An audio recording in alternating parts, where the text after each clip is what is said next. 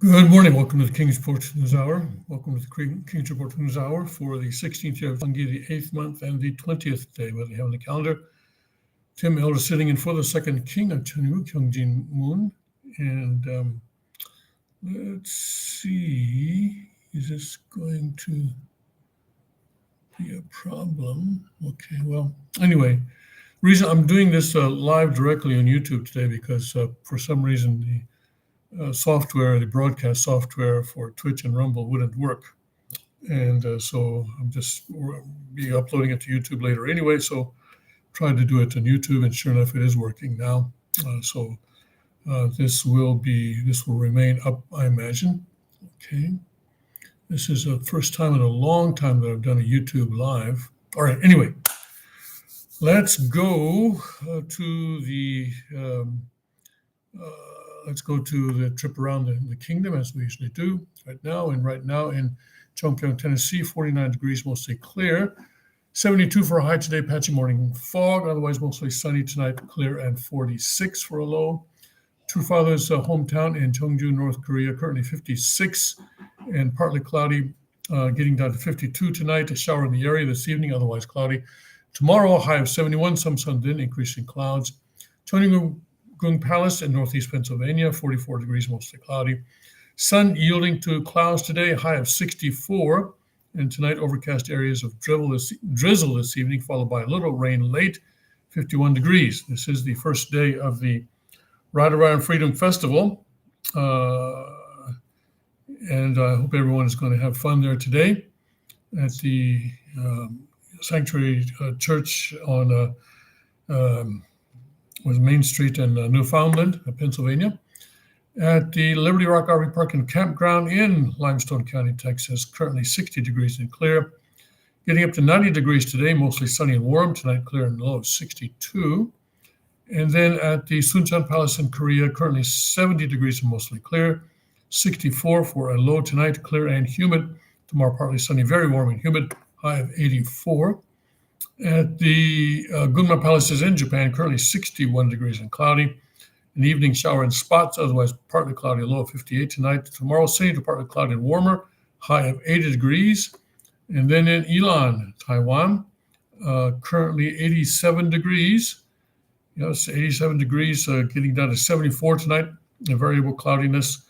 Tomorrow, high of 93. It's October, but we're in the 90s still. Hot and humid with some sun, then turning cloudy. Caution advised if doing strenuous activities outside. Okay, then we'll be sure not to do any strenuous activities. Okay. All right, so then let's go to Father's Word. And let me see here. Where are we today? We are in the book on sin and restoration through indemnity. Let's take a look at what we have here.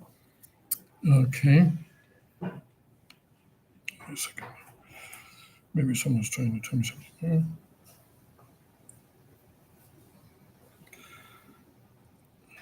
Okay. Sin and restoration through indemnity. We're in chapter 3, the formula for indemnity and restoration. And we're in section 1. Chapter 3, section 1.3. Okay. So,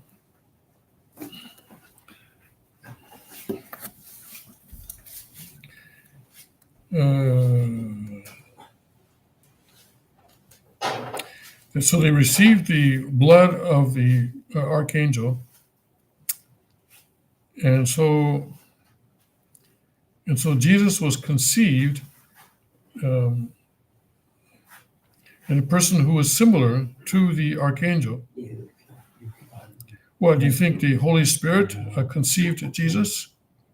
Stop thinking such nonsense. That is the basic principle of restoration through indemnity. The person who was most beloved of God, the person who was 100% on the side of heaven, and who would absolutely never change, the person who would be the most loyal patriot,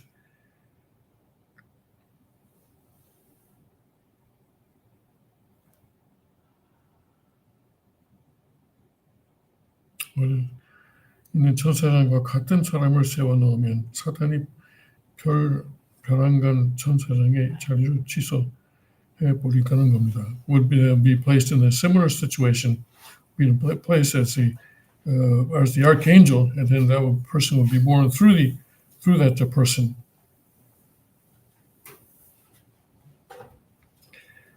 So that is why Jesus was born through someone, by means of someone who was on heaven's side, but was on the level of the archangel. And that is how Jesus was born, as the firstborn. Okay, obviously their father was referring to Zechariah. There seems to be some difference of opinion on exactly what Zechariah was doing. Of course, in Father's teaching, we learned that Zechariah was a high priest. However, when I was visiting Israel, when was that? 2000, I don't know, 3, 4, 5, 6, something like that. And I'm taking the tour, right? And at one of the sites, the guide sort of asked the crowd, what was Zechariah? What was his job? And I think I said that he was a high priest. And the guy corrected me. So, no, he was the guy who sold candles to the temple. So, I don't know. I've never actually tried to resolve that difference of opinion. Let's see whether. So anyway, it's, in history, in matters relating to history, there's often disagreement over who did what and all that kind of stuff. So anyway, we'll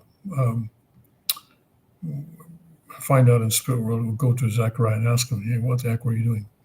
All right, then let's go to the see what's going on. And I want to start with, let's see, I was going to start with here. Okay. With this story on Breitbart about how wrong we were with respect to trading with, I'm trying to do something here. Share screen, okay. I'm going to try, this is my first time, okay, so please bear with me here. Please bear with me.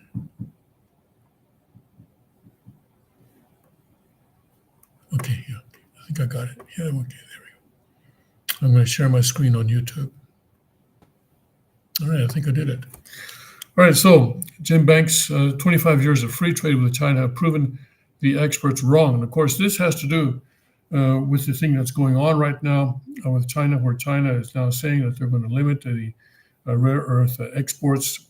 And China is hoping to then sort of use their near monopoly on, not complete, but near monopoly on rare earth minerals that are so important to modern technology, to try and now bring the world under their suzerainty, apparently, under the rule, the governance of Emperor Xi Jinping.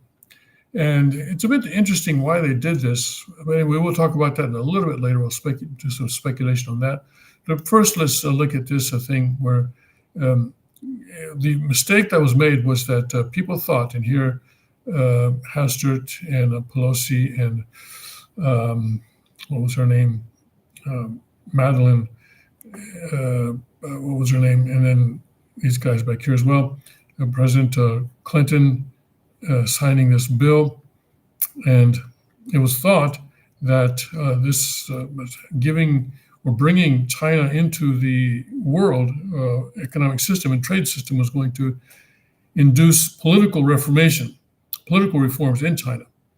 And that has failed spectacularly, at least until now. So it was 25 years ago today when President Bill Clinton stood in the Rose Garden and signed the United States-China Relations Act into law, which granted permanent normal trading relations with China. The law would change U.S.-China trading relations forever. It gave China the same trade terms as America's allies, and it greenlit China's entry into the World Trade Organization, integrating their developing economy into the global trade system. And 25 years ago, in 2000, China was still very, much in, the majority of Chinese still today are still suffering a great deal of poverty, but about a third or fourth of their population has been raised out of poverty by their own efforts, not by the efforts of the Chinese Communist Party. At the time, the world's expert class all predicted PNTR would be an economic gift for American workers and industry. Testifying before Congress in May 2000, then Treasury Secretary Larry Summers claimed that on this issue, there has been only one answer, that welcoming China into the global economic system is right for the American economy and for the global economy. Former President Obama and Biden economic advisor Gene Sperling concurred, saying the question is whether passing of PNTR will make positive changes in China more or less likely. We believe it will make positive changes more likely. Lael Brainerd, former director of the National Economic Council under President Biden, also supported opening trade relations with China, asserting that this agreement will also strengthen our ability to assure fair trade and to defend our agricultural and manufacturing base from import surges and unfair pricing. Of course, let's not forget then President Bill Clinton, who promised that the new law will move China in the right direction. It will advance the goals America has worked for in China for the past 3 decades. And of course, it will advance our own economic interests. The so-called experts were not just wrong, they were spectacularly wrong. They fatally misjudged both the economic and geopolitical consequences of allowing China into the WTO and granting them PNTR. So this is Roth. Okay, this is Roth. Okay, yeah. Dennis Hastert. Yeah, this is Hastert.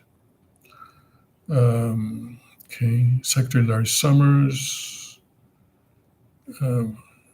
Secretary of State to Madeline. And okay, on October 10th, 2000. China's economy did not become freer. American companies that expanded their operations in China fell victim to rampant intellectual property theft, censorship, and oppressive regulation. China didn't transform into that liberal democracy we were promised. China's respect for human rights only worsened. America's trade deficit exploded as China deepened its unfair trade practices. And you got to figure that Deng Xiaoping, who was in charge of China at the time, must have really laughed at this idea that China was going to become a liberal democracy. The numbers paint a stark picture. In 2001, America's trade deficit with China was $84 billion. By 2018, that deficit was 5 times larger at $418 billion. Nearly 25 years ago, China was responsible for roughly 8% of the world's manufacturing output. By 2020, that number had reached nearly 30%. As one headline put it, China is now the world's sole manufacturing superpower. At the start of the 2000s, my state of Indiana enjoyed one of the nation's highest shares of employment in manufacturing, but shortly after PNTR was signed into law, cheap Chinese imports flooded our markets, forcing many companies and manufacturing plants to close permanently across the state. Analysis from the Coalition for a Prosperous America estimates that China's unfair trade practices cost almost 80,000 manufacturing jobs in Indiana between 2001 and 2023. That same analysis shows that America's exploding trade deficit with China has cost us over 3.8 million jobs since 2001. The experts who cheered when Bill Clinton guaranteed normal trading relations with China have failed the American worker time and time again. But instead of showing any kind of humility, they continue to double down and refuse to admit their errors, which led to the economic predicament America now finds itself in today against China. Meanwhile, workers in small towns like where I grew up understood that the fallacy of free trade with China was an economic loser for them and their families. All they had to do was look around and see for themselves what trade with China had yielded in turn. Millions of blue-collar jobs outsourced, either entire towns and communities decimated, and the livelihoods of these workers and their families destroyed. The free trade with China was always destined to fail because we were subsidizing an economic system which made us less prosperous here at home and more dependent on our enemies abroad. You can't have free trade with a country that's out to destroy free trade. I'm glad that we finally have a president who is serious about putting an end to China's free ride at the American workers' expense. Unlike leaders before him, President Trump's America First trade policy is committed toward putting the country and workers first. No more selling out to China. And this man, Jim Banks, is the author, the U.S. Senator from Indiana. He serves on the Senate Banking Committee. All right, let's see here. Okay, stop sharing. Okay. Now, of course, what's going on right now, as you know, is that Xi Jinping is now cracking down on the export of these minerals, and in response, President Trump says he's putting a 100% tariff on Chinese imports above the 30% that is already there, and so this is going to be 130%. That's what. But with President Trump, you have to wait and see what actually happens. Things can change, but this is supposed to become effective on November 1st or perhaps sooner. And the meeting that was going to happen between Trump and Xi Jinping in Korea, Gyeongju, Korea, at the end of this month is now seriously in doubt. Not really sure if President Trump has canceled that. He said there's no reason to meet Xi Jinping, but he didn't actually come out and say, okay, I'm canceling it. So we'll have to wait and see what's happening with that as well. But he did say there's no reason to meet Xi Jinping. And 100% tariff on China, if that really goes into effect, is going to have a devastating effect on Chinese economy. Hold on just a second. I missed it. We have mosquitoes here. Okay. Going to have a devastating effect. So you got to wonder, what is China up to? Now, one possibility is that for some reason that we don't know for sure yet, China did not want that meeting with Trump to go ahead. At the meeting at the end of this month. They did not want it to go ahead, but they also did not want to be the one to cancel it. And so they did something that they figured would cause President Trump to cancel the meeting. That's one possibility, I think. And then maybe after the meeting was supposed to happen, then they may say, okay, well, we'll just back down. Now, there's been a lot of talk on X about Xi Jinping being seriously ill, having had a stroke and in the hospital and all that. And this is unconfirmed. And we know that there's been a lot of speculation about Xi Jinping's health earlier this year, and that seems to have that has actually turned out to be not true. And this may be another one of those rumors that turns out not to be true. We don't know. What we do know, I believe, at least I think we know, is that on Monday he's supposed to, or Monday or Tuesday, he's supposed to appear at a large conference of women, I think. So we'll find out then whether he's, vertical or horizontal. And but if he is sick, then this could be something being done by the people who are coming in, so that they will have something to blame on Xi Jinping and say, oh, but we are different, right? That was all him.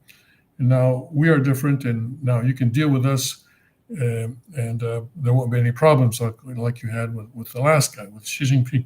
So that's another possibility. Another possibility is that Xi Jinping, for whatever reason, feels that the time has come. I got him this time. Okay. Xi Jinping feels that the time has come. All right. He's been preparing, and now he believes that China is ready to strike. And now he is striking. He feels that America is in turmoil, in his opinion, with the shutdown and everything.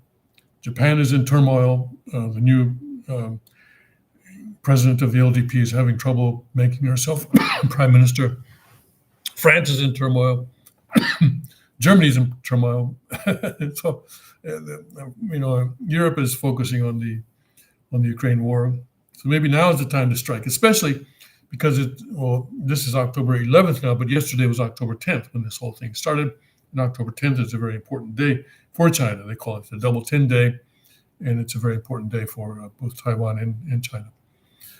So there's a lot of speculation that's possible, but right now it's really hard to, in fact, I think impossible to draw conclusions. In a communist system, you really never know what's going on until it happens. Those of us who remember the sort of the waning days of the Soviet Union, remember that the head of the Soviet Union always seemed to die of a cold. He'd stop appearing in public, and they would say, "Oh yeah, there's nothing serious. He just has a cold." And the next thing you knew, he'd be dead, and a new guy would be in there. Andropov, I think, and Brezhnev, I think.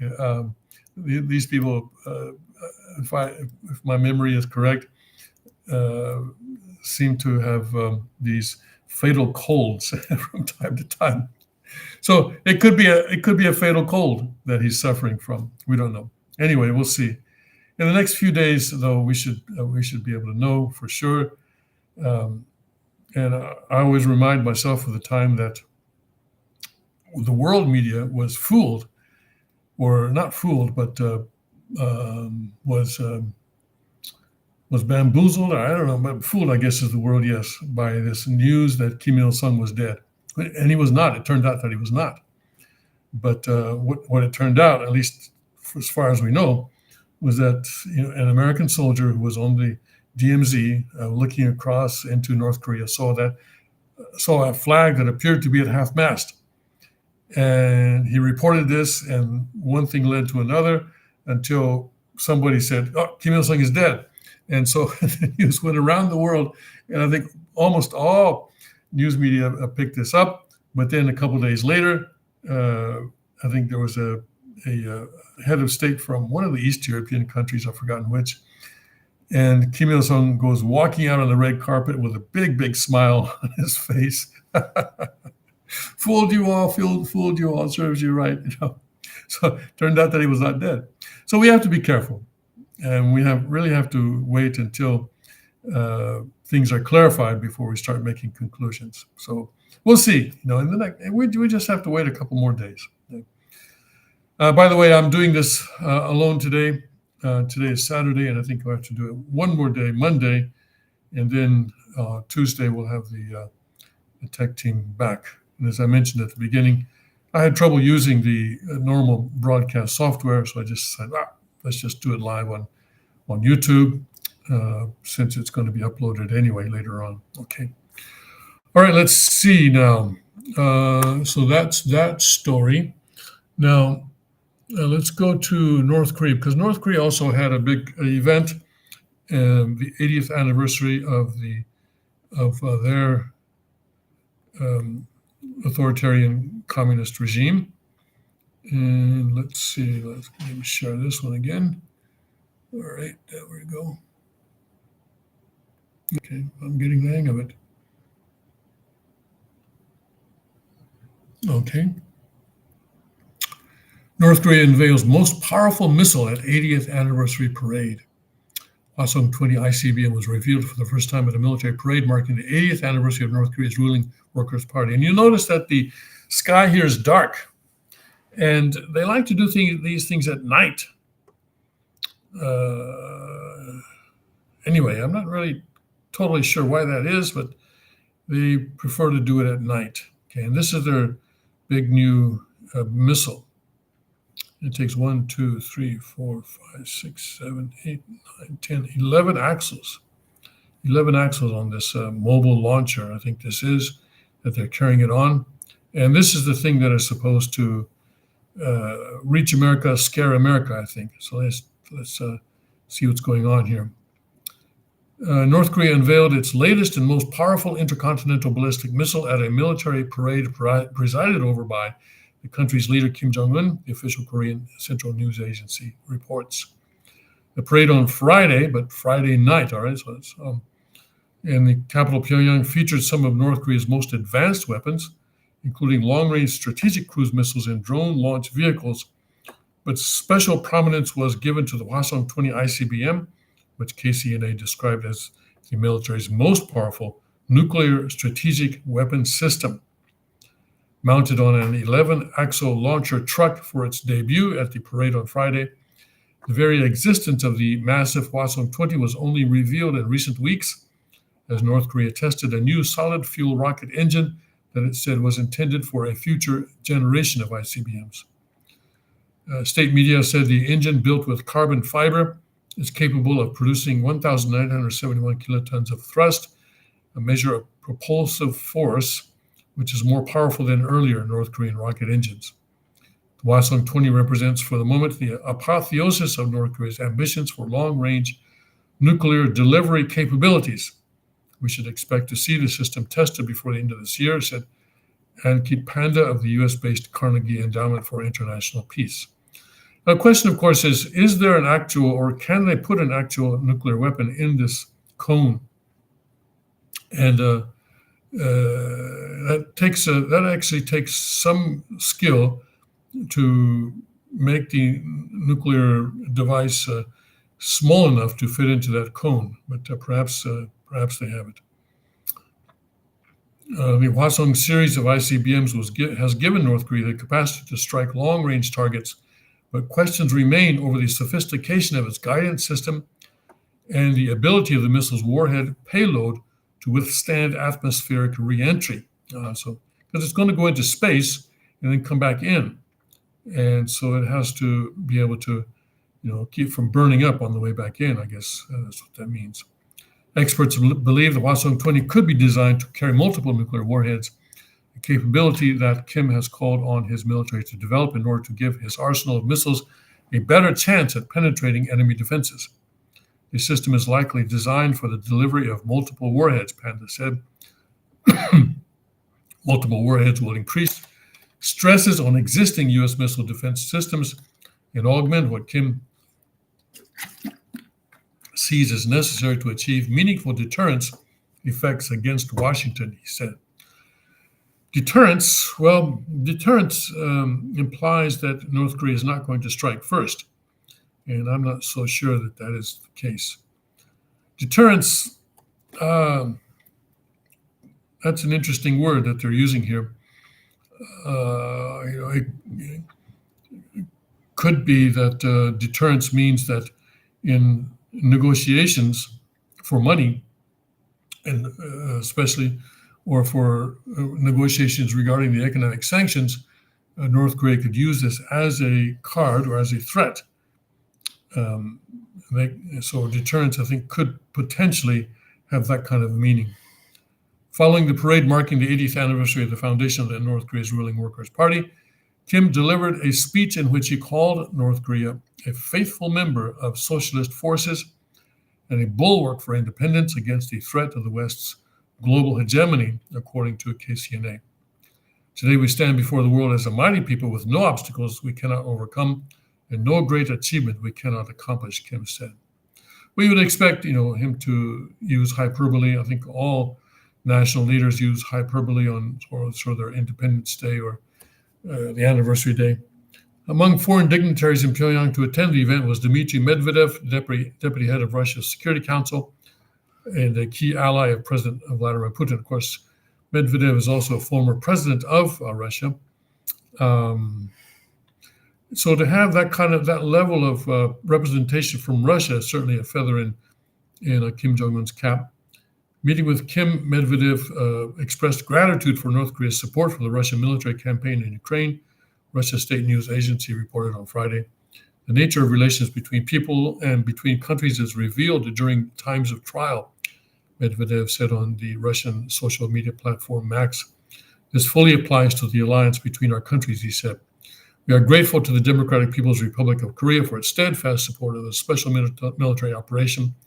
Our soldiers stood shoulder to shoulder to liberate the Kursk region.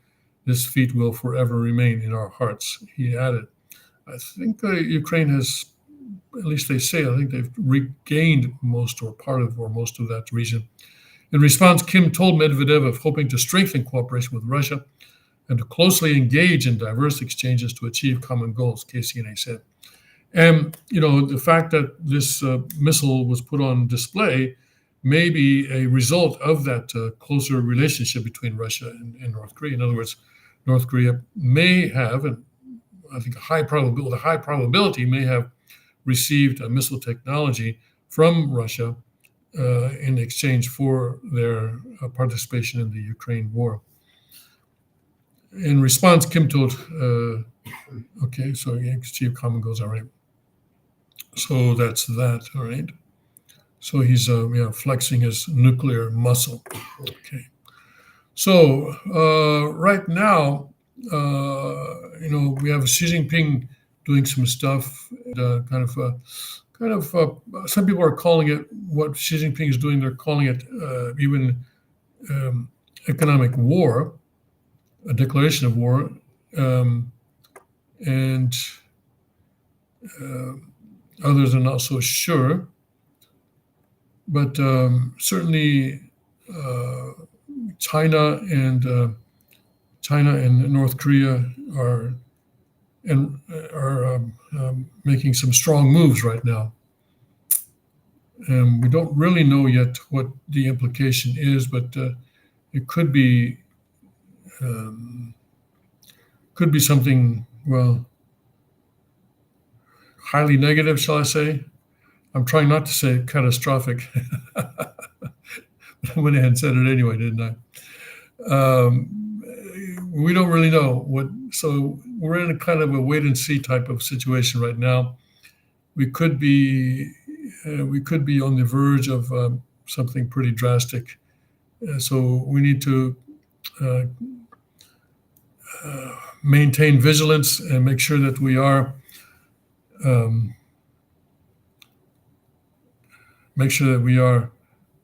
keeping an eye on what's going on around us, and not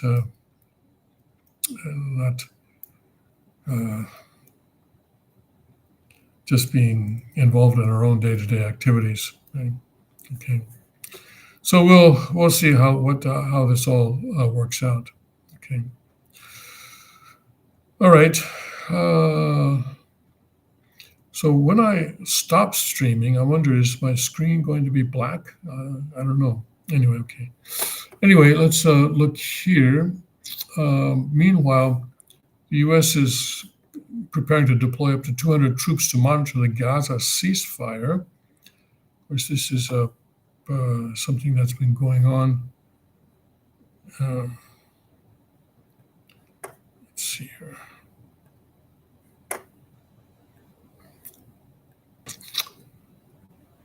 And this means that there are going to be boots on the ground, American boots on the ground there. And that is a bit worrying.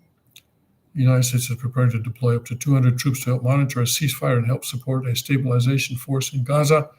U.S. officials familiar with the planning said up to 200 U.S. personnel who are already stationed at CENTCOM will be tasked with monitoring the peace agreement in Israel, and they will work with other international forces on the ground. They'll be stationed in Israel and other countries and will act as observers to ensure that there are no violations. No U.S. troops are intended to go into Gaza, an official said. Not exactly sure how they're going to monitor if they're not actually on the ground in Gaza, but on the other hand, it is reassuring to hear that they're not supposed to go into Gaza. U.S. Central Command's role will largely be to provide oversight of a joint task force that is likely to include Egyptian, Qatari, Turkish, and UAE armed forces, a senior official said.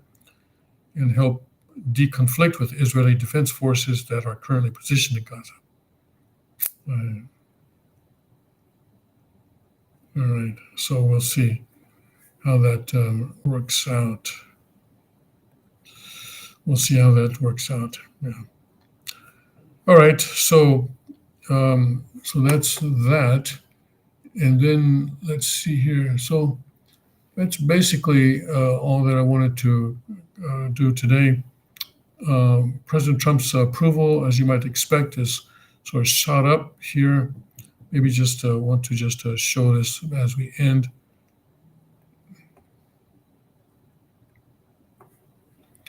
On the Rasmussen poll, went up from 46 to 49 and then 51. So it's very much on the rise, but he's still in his range, which I've been pointing out. So his range has a high of about 53. We'll see if it goes above that as a result of the Gaza situation. And also strongly disapprove is down sharply. Strongly approve is also up sharply. So we'll see how all this works out as things go on. But he was not awarded the Nobel Peace Prize, as I reported already previously. But the lady who did win the Nobel Peace Prize has commented that she's dedicating the prize to President Trump. And I think they even talked on the phone. They talked on the phone, and he said, "Yeah, but he's joking, right? Joking." He said, "Oh, yeah, but she didn't say she was going to give it to me." Joking, right? Joking. Anyway, we'll see. Things are a bit unstable right now, and China's trying to take advantage, and we will see whether they will succeed. A number of people are saying that China is making a big mistake. It's a big miscalculation. And that's possible. That's possible. And like I said, we don't know exactly what's going on with Xi Jinping, but that should be clarified in a few days. Okay. Right, I'm going to end here today because this is sort of an unusual situation that I have here. I don't have my tech team, and I'm sort of doing this using a platform that I'm not accustomed to. And so we'll see how this works out, and we'll continue again on Monday. On Monday, again, I'll be alone, but from Tuesday, I'll have my tech team back. All right, so God bless, Godspeed. May His kingdom come quickly. I'm going to end the stream now.